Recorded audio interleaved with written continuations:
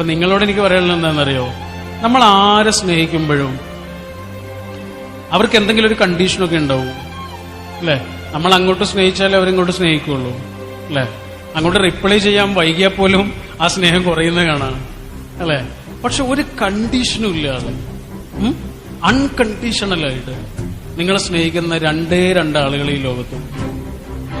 അതാരാന്നറിയോ നിങ്ങൾക്ക്? അപ്പയും അമ്മയും. ഒരു സംശയം വേണ്ട.